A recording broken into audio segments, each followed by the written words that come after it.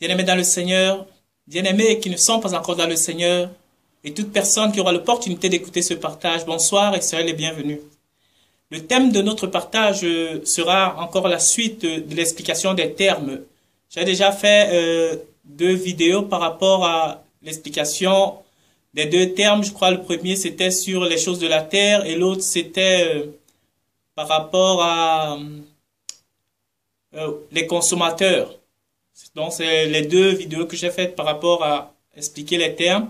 Et le terme que nous allons expliquer aujourd'hui, c'est celui que j'utilise toujours quand je dis le peuple que Dieu s'est choisi, le peuple que Dieu s'est réservé, le petit peuple de Dieu, le petit troupeau de Dieu. Parfois, dans les vidéos, on peut entendre ces termes-là et peut-être ne pas savoir de quoi il s'agit. Donc, je vais essayer un peu de nous éclairer par rapport à ces termes-là, bien-aimés dans le Seigneur. Vous savez que dans toutes les époques de l'histoire, il y a des personnes qui se sont toujours disposées afin que la gloire de Dieu puisse resplendir au travers d'eux.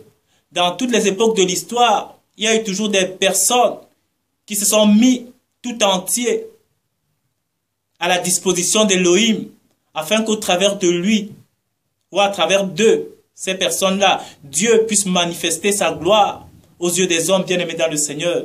Et ces personnes-là que j'appelle et que la parole appelle le peuple que Dieu s'est choisi, le peuple que Dieu s'est réservé bien-aimés dans le Seigneur. On peut le voir dans l'histoire d'Élie. Quand il pensait devant le roi Akab, il fuyait, il avait des pressions, menaçait sa vie. Il pensait qu'il était seul au monde à pouvoir supporter le poids de cette oppression, à supporter le poids de cette tribulation. Il croyait qu'il était le seul au monde que Dieu utilisait pour pouvoir se démontrer au travers des peuples. Mais à un moment donné, il a dit à Dieu, Seigneur, s'il est même possible que tu puisses me ôter la vie. Et qu'est-ce que Dieu lui a dit? Il a dit que tu n'es pas le seul, Élie. Il y a encore, hormis toi, 7000 hommes que je me suis réservés qui n'ont pas fléchi le genou devant Baal. Donc, quand on voit cela, bien-aimé dans le Seigneur, il y a eu, au travers des époques, des personnes qui se laissent guider, comme la parole de Dieu déclare, que si je vis, ce n'est plus moi qui vis, mais c'est Christ qui vit en moi. Ce sont des personnes qui sont dans une totale soumission. Ce sont des personnes qui sont dans une entière disposition. Ce sont des personnes qui sont dans un renoncement total d'eux-mêmes. Ce n'est plus eux qui se déploient dans ce monde. C'est Dieu qui agit au travers de ces personnes bien-aimées dans le Seigneur. Ce sont ces personnes-là au travers desquels Dieu passe pour manifester sa puissance sur la terre. Parce que Dieu a besoin des hommes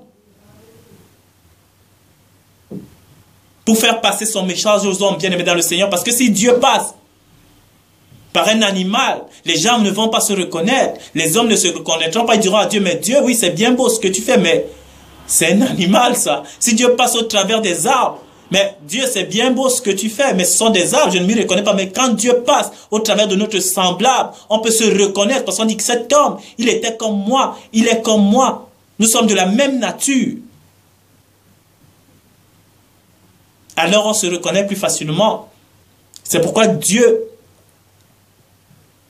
se manifeste au travers de ces hommes qui se rendent à son entière disposition, bien-aimés dans le Seigneur. Et maintenant, ces hommes-là, qu'est-ce qui les caractérise? Qu'est-ce qui les différencie de la masse, de la foule? Bien-aimés, c'est le simple fait que ce sont des gens qui n'ont plus peur de mourir. C'est que le simple fait que ce sont des gens qui, par les compassions de l'Élohim, ont compris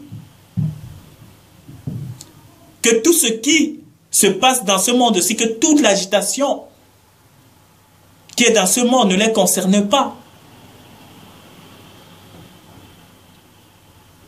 Bien-aimé, je me souviens, il y avait des moments où je priais pour que les conflits dans le monde cessent. Je priais pour que tout ce qu'il y a dans le monde entier puisse s'améliorer. Je priais pour changer le monde, bien-aimé dans le Seigneur.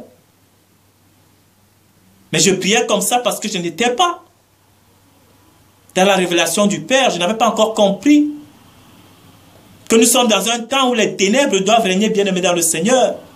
L'exemple est que tu peux prier pour que la guerre, aujourd'hui en 2016, que la guerre finisse en Syrie. La guerre peut même s'arrêter en Syrie. La guerre, il y aura une autre guerre qui va se déclencher dans une autre partie de la terre, bien-aimé dans le Seigneur. Tu prieras que cette guerre s'arrête, il y aura guerre autre part. Tu prieras que le mal s'arrête à tel endroit. C'est comme ça, bien-aimé dans le Seigneur. On ne peut pas, c'est le règne des ténèbres. Nous sommes dans une période où la révélation de Dieu veut que les ténèbres puissent régner. C'est le moment où les ténèbres doivent prendre de l'ampleur. Peu importe ce que nous pouvons faire, bien-aimé dans le Seigneur. Et ceux qui sont le petit peuple de Dieu ont compris cela et ne s'agitent plus pour la transformation du monde dans ce sens-là. Ce sont maintenant, qu'est-ce qui caractérise ces hommes? Ce sont des hommes qui ne prient plus pour autre chose que la destruction de leur nature charnelle, bien-aimé dans le Seigneur. Pourquoi? Parce que si la nature de l'homme qui est en nous, la nature humaine, la nature animale qui est dans l'homme n'est pas transformée, bien-aimé dans le Seigneur, par rapport aux événements à venir, par rapport aux tribulations à venir, les hommes n'auront aucune chance de dire non à la marque de la bête. Ils n'auront aucune chance de dire non à l'impie.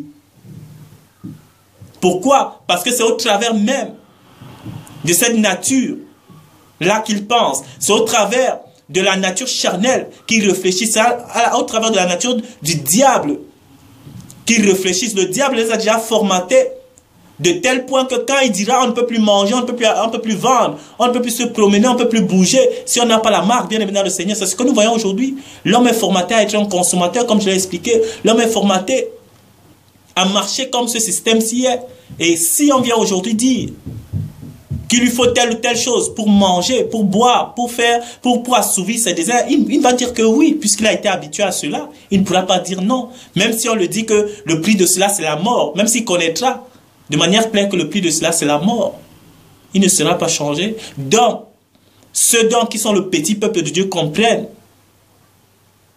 que c'est de eux qu'il s'agit maintenant, que c'est de la transformation de leur nature.